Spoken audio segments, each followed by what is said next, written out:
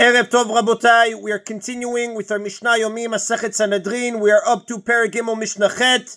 Today's Mishnayot should be Le'elu Nishmat, Neria ben Svetlana, Ranbai, Veliyahu ben Burcha Israelov, Chana bat Miriam, Sason ben Ryan, Yoshua ben Shivra, Menuchatam beGan Eden, Amen, and Lavdi ben Chaim lechaim, v'derefua shelemav, Daniel Shalom ben Rosa, B'tor Shah Cholei Yisrael, and Achlama Merav Binyamin, Od Zion Chai ben Dvorah. The Mishnah deals with the right of a litigant to bring proof after the court has already announced its verdict against him.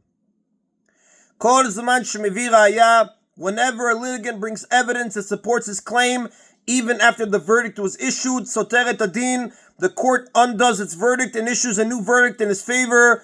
Amrulo, however, if the judges had said to him, Kol Ra'ayot Sheyesh Lecha Aveh Mikan Ad 30 Yom, any evidence that you may have to support your claim, bring it within 30 days. Matzah b'toch 30 yom soter. The law is that if he finds evidence within 30 days, the court undoes its verdict. La'achar 30 yom eno soter. But if he does not find evidence until after 30 days, the court does not undo its verdict. Now, Tana disagrees with the last ruling. Amar Rabban Shimon ben Gamliel. Rabban Shimon ben Gamliel said, Ma yaseh zeh shelo matzah b'toch 30. What should the litigant do if he could not find evidence within 30 days? And then found it after 30 days. Should he lose the case just because he was unable to find the evidence before the deadline? The fact is that now he has proof and the court has no right to ignore it. A dispute about a similar situation. Amrulo, if the judges said to a litigant during the trial, Haveh Edim, bring witnesses to support your claim. V'amar, and he replied, Eni Edim, I have no witnesses. Amrulo, if they said to him, Haveh Ra'aya, bring a document as evidence. V'amar, and he replied, Eni Ra'aya, I have no document to bring as evidence. Ulachar Zman Evi Ra'aya u'matzah Edim, and he later brought a document as evidence or found witnesses to testify in his behalf. Hareze no klum, it is nothing. Since he said that he had no proof, we suspect that he forged a document or he hired the witnesses to testify falsely. Here too, Rabban Shimon ben Gamliel disagrees. Amar Rabban Shimon ben Gamliel, Rabban Shimon ben Gamliel said, Maya says, what should he do if he did not know that he had witnesses and later found witnesses? Or if he did not know that he had a document as evidence and later found a document as evidence, he might have been truly unaware of the witnesses or the document, and so the court may not suspect him of having bribed the witnesses or forged a document. And the Rav tells us, Rabban Shimon ben Gamliel, that Echad does not follow the opinion of Rabban Shimon ben Gamliel. Now, in the following case, however, even Rabban Shimon ben Gamliel agrees that the new evidence is assumed to be false. Amrulo, if they said to him, Haveh Edim, bring witnesses to support your claim. Amar, and he replied, Eni Edim, I have no witnesses. Haveh Raya, if they said to him, bring a document as evidence. Amar, and he replied, Eni Raya, I have no document to bring as evidence. Ra'ash shemitchayev badin, and then when he saw that he was about to be found liable in the judgment, Va'amar kilvu ploni uploni v'ha'iduni, he said so and so come forward and testify for me. O shotzi raya mitoch apundato, or he produced a document as evidence from inside his belt. This refers to a hollow belt in which things can be stored.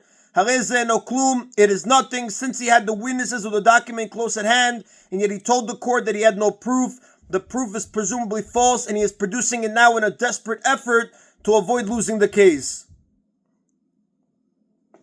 And that is an of Perek Gimel Mishnah Chet. We continue now with Perek Daled Mishnah Aleph. Like the previous chapter, this chapter describes the workings of a court. The first Mishnah opens with the rule about examining witnesses. Echad dinei mamonot ve'echad dinei nefashot bidrisha u'b'chakira. In both monetary cases and capital cases, the witnesses are subject to investigation and questioning. The Torah states that the judges must subject the witnesses to drisha v'chakira, investigation and questioning. This is in Dvarim, chapter 13, verse 15. These are questions that relate to the case itself. For example, in a dispute involving a loan, they ask how much money was lent, when it was lent, where it was lent, and what conditions were attached to the loan.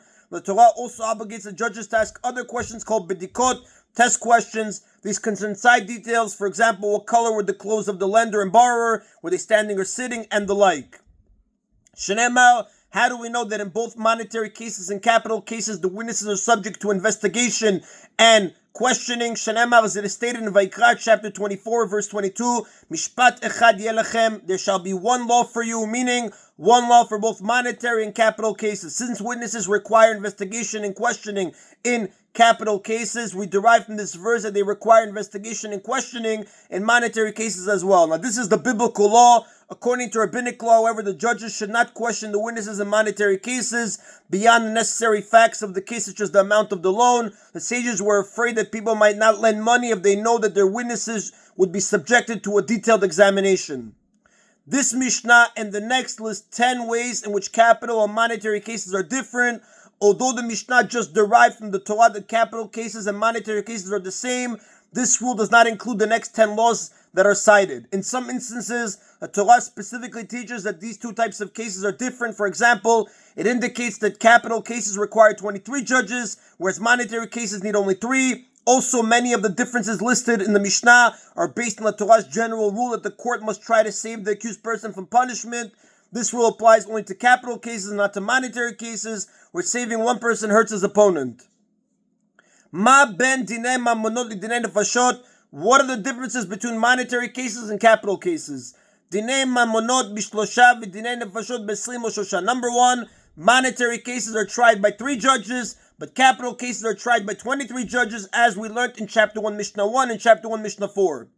Dinei mamonot potchin ben l'schut ben l'chova. Number 2, we may begin the discussion of monetary cases either with an argument to the benefit of the defendant or with an argument to his harm. Now, although the Mishnah specifies defendant, the truth is that in monetary cases, the defendant and the claimant are treated alike. Whatever law applies to one applies to the other as well. But when we begin capital cases only with a statement that is to the benefit of the defendant, and we do not begin with anything that is to his harm. At the beginning of a capital case, the judges tell the defendant, if you did not commit the crime you are accused of, you do not need to be afraid. Number 3, we decide monetary cases with the majority of just one vote, whether it is to the benefit of the defendant or to his harm. Therefore, for example, if 2 judges rule that the defendant is obligated to pay and one rules that he is exempt, he must pay, as we saw in chapter 3, Mishnah 6. But we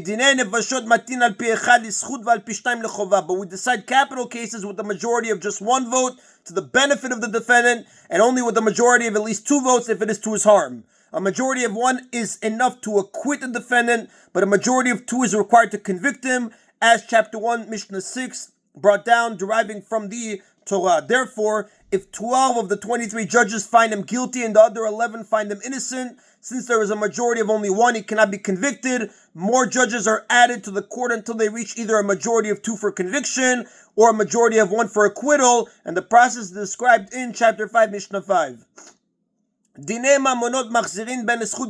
Number 4, we reverse a verdict in monetary cases, whether the reversal is to the benefit of the defendant or to his harm. Even after the judges have decided the case one way or another, if they realize that they were wrong, they have to reverse the verdict. Usually a verdict declared by a court must stand. It cannot be changed even if it is mistaken. The ruling of our Mishnah applies where the judges overlook the basic law, such as one stated explicitly in a Mishnah. Other types of mistakes, however, are subject to different rules. This is the Gemara on page 33a and the Rav on the commentator, chapter 3, Mishnah 1. But we reverse a verdict in capital cases only if the reversal is to the benefit of the defendant and not if it is to his harm. If the defendant was convicted and then the judges discovered that the verdict was mistaken, they must reverse the verdict and acquit him. But if a verdict of acquittal is found to be mistaken, it remains in force unless it contradicts a law written explicitly in the Torah. Number 5, in monetary cases, anyone, whether one of the judges or one of the students that sit before them, may argue to the benefit of the defendant or to his harm. But in capital cases, anyone may argue to the benefit of the defendant, but not everyone. Rather, only the judges may argue to his harm. In a capital case, if one of the students says that he has a reason to convict the defendant, the judges do not listen to him. Number 6, in monetary cases, one who argued to the harm of the defendant may later argue to his benefit, and one who argued to his benefit may later argue to his harm.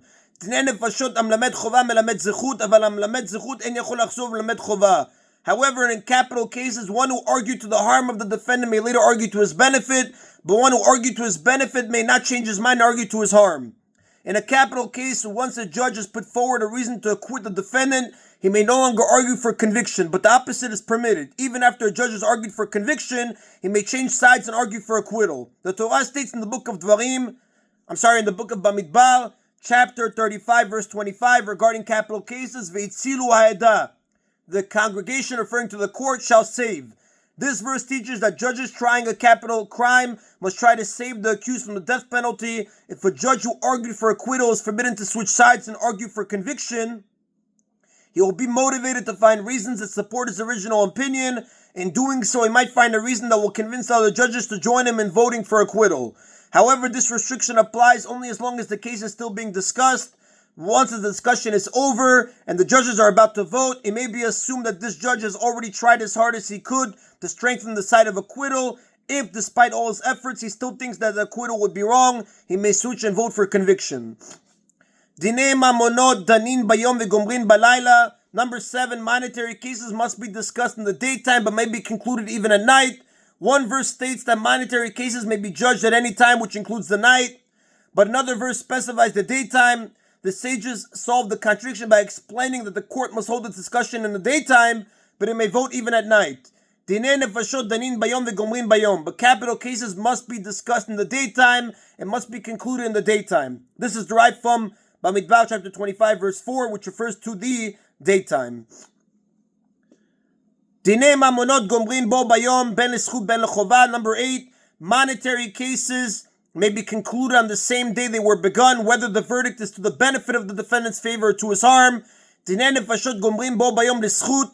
But capital cases may be concluded on the same day only if the verdict is to the benefit of the defendant, ubayom shelachav lechova, and they have to be concluded on the next day if the verdict is to his harm. A guilty verdict must be delayed until the next day, so the judges will have time to find reasons for acquittal, as Rashi says on page 35a in Masechet Sanhedrin. Lefikach en danin lo be'erev Shabbat v'lo be'erev Yom Tov. Therefore, we do not judge capital cases on Friday or on the day before Yom Tov, because if the defendant is found guilty, we may not sentence him until the next day, Shabbat or Yom Tov, and it is impossible then to carry out the sentence. When a court sentences someone to death, they must execute him that same day in order to spare him the emotional distress of waiting to be executed. However, it is forbidden to perform an execution on Shabbat or Yom Tov. Capital cases, therefore, may not be tried on the day before Shabbat or Yom Tov, because if the judges decide to convict the accused, in which case the verdict will have to be delayed until the next day, they will not be able to execute him on the same day as the verdict. And that is in Abotai of today's Mishna Yomi. Baruch Adonai Le'olam. Amen v'amen.